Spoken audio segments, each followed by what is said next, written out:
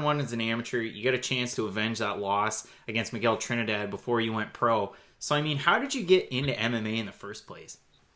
Well, it all started with like my neighbor. My neighbor came home one day and was like, "Oh, I went to this gym. It's very sick."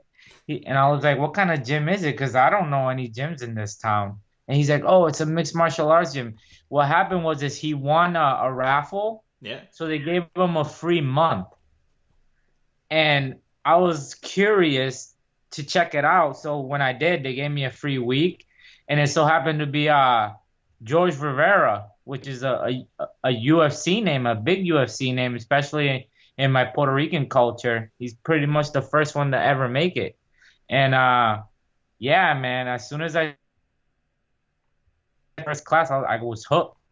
I was like, wow, I mean, there's so much I don't know, and I need to know. Like I crave the knowledge of the martial arts, like all the technique and the training. Like that's what I love to do. I just love learning every day. If I can learn something new every day, it's a good day for me. So, from the time that you started practicing, you went to that gym to your first amateur fight, how long was that? It was a year. A year? A year, yeah. I was not gonna step in there. He was not gonna let me step in there unless I put at least 8 months in. 8 months to a year. And you have to come at least 4 to 5 days a week. If you didn't make that deadline, he would not let you hop in there. That's awesome to hear that you have somebody, behind you like that that would kind of put some rules in place. I mean, I've had different fighters, even on here. Speaking to Heather Hardy, she went to Gleason's gym her first week, and 2 weeks later, she had her first fight. So, yeah, it's definitely Yeah. neat to hear the way that some different gyms do it. But I mean, 3-0 since you turned pro, and that was about this time last year. All finishes in CS. So, how did the opportunity come about for you to fight at or with NEF? NEF, what happened was is I was trying to get a fight for a CES, but everything fell through, so they couldn't really find me an opponent, same skill level. And my girl, they said to me that like, they had a hard time finding me somebody, so they just let it go. They were like, we'll keep you in mind for the next one. My girl was like, well, you gotta stay busy because it's gonna be months till the next event. So she looked up all the promotions that had fights after the one that I had booked already, and NEF was the first one to come. Like one of my teammates is already fighting down there, so it was just perfect. Let's just both take the trip, and it's not that far from here. 2 hours and a half is not that bad. Yeah, like I mean, Uh, you and I were saying before we came on, you've got 2.5 hours. For me, it's about 5.5, but it's not that bad. And they definitely no, they put on really good shows too. yeah, and I heard it's a beautiful city. So I mean, it's first time me going there. So even after the fight, I'm probably gonna be a little tourist walking around the town and going to all the restaurants because that's what I want to do is eat. Yeah, man, it's an awesome spot, and if you get the chance, go to Freeport. I don't know about you, but for me, LL Bean, it's pretty cool to go there and see, the I'll, great big boot and all that stuff. I'll definitely check it out. 100%. So you got the fight. You're taking on Ernesto Ornelas, a guy that I've seen fight in person at some of the previous NEF events. What do you know about him? Yeah, all I know is that he's very experienced. Like he's had way more fights than me, at least in the professional level. I've had more amateur fights. He's had more pro fights. He's and he's fought some of the toughest guys in New England. He's fought some good guys. Uh, he's very scrappy. His movement's really good. But yeah, other than that, that's all I know from him. He's more of a striker, which is his style. And yeah, that's about it. I mean, for you, are you the type of fighter that game plans differently for each fight, or do you take the same approach? If it ain't broke, don't fix it. No, I don't like going for the same game plan every fight because every fighter is different. Like I can't do what I did to my last opponent to Ernesto because he's not the same guy. Yeah. But yeah, I mean, I dictate what the game plan is. Like my coaches give me a game plan, we go through a game plan, and I kind of pursue it depending on what he gives me in the first round. Yeah. Because sometimes you have to change your whole game plan within the first 2 minutes. You're like, all right, this is not gonna work with this guy. I gotta switch it all up. So what helps me is I'm very well rounded. I try to train pretty much every different style, at least the basics of everything, just to get better. You know, if they take me to the ground, I want to be able to wrestle. I want to be able to do the jiu-jitsu. If we stand up, I want to be able to move well and strike well and dodge and block. So I pretty much work on everything, and that's what I'm not too good at one thing. I'm just balanced all the way across. Yeah, and that seems That like a good way to get that ready for it too.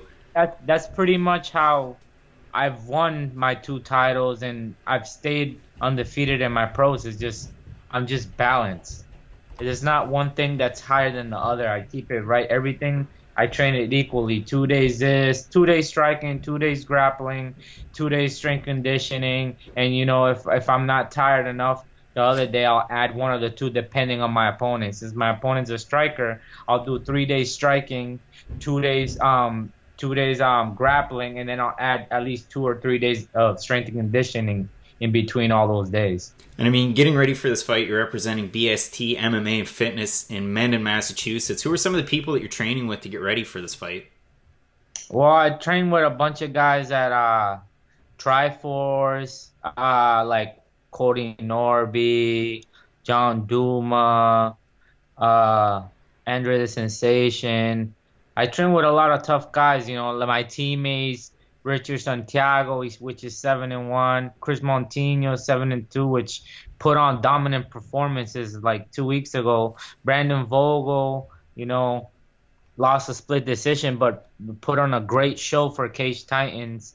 All my teammates are pretty much tough, and then yeah, and I like I said, I travel. I go to Triforce. Sometimes I go to Lozon and I'll squeeze it in. There's a lot of UFC fighters do their camps there. There's a Yep. lot of tough dudes. Yeah, I mean, it's That's fun. funny because on all the different shows I've been hosting lately, having some of the media members from around the New England area. Of course, I'm in the Maritimes here in Canada, not that far away, and it seems like it. Yeah, there's all these different camps and all these different places you can go in New England to train, and it's the same type of guys all the time, and they get all sorts of different work no matter which gym you go to. It seems like a really good system you have there.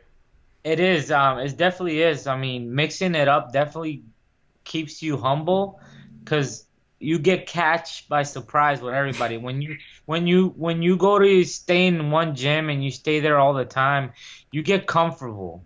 You know, Yeah. it's not the same.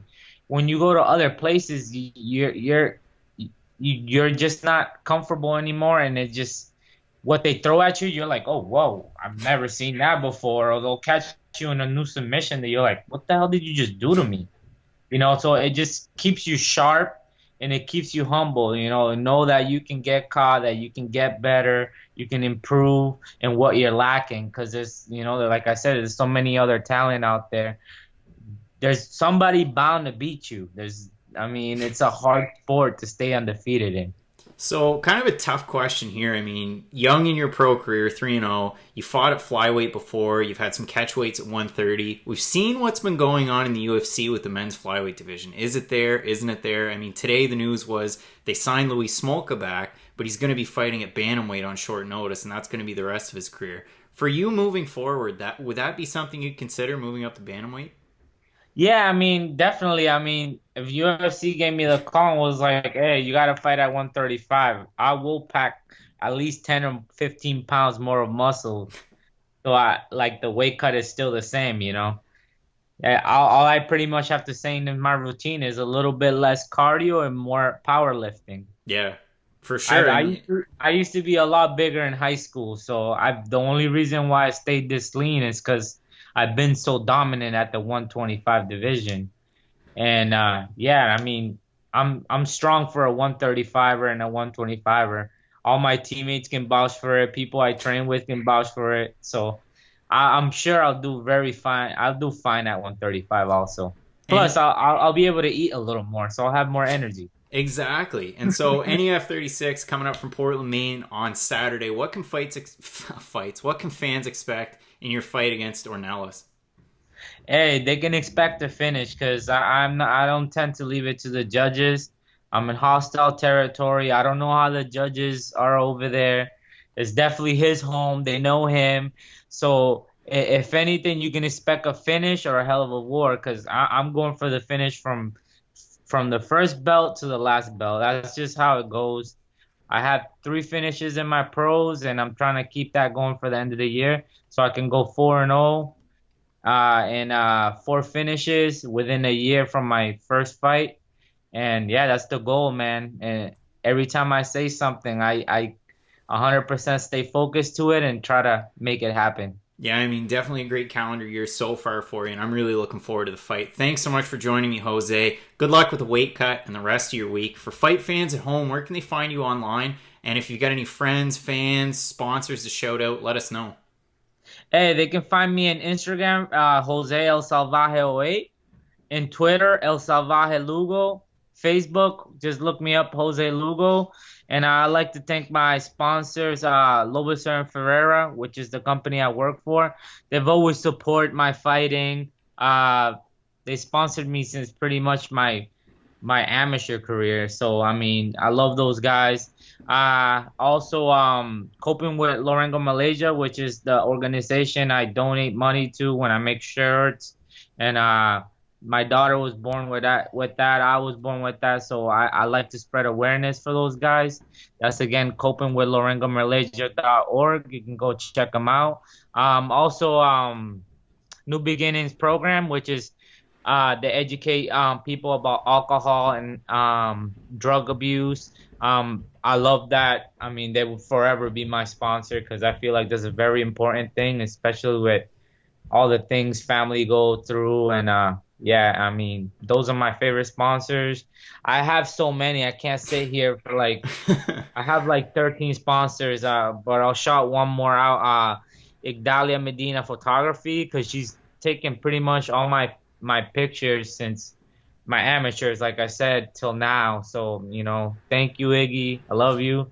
Love you all, guys. And thank you for sponsoring me. I appreciate you guys and hope to give a show to Maine and NEF and make new fans for sure.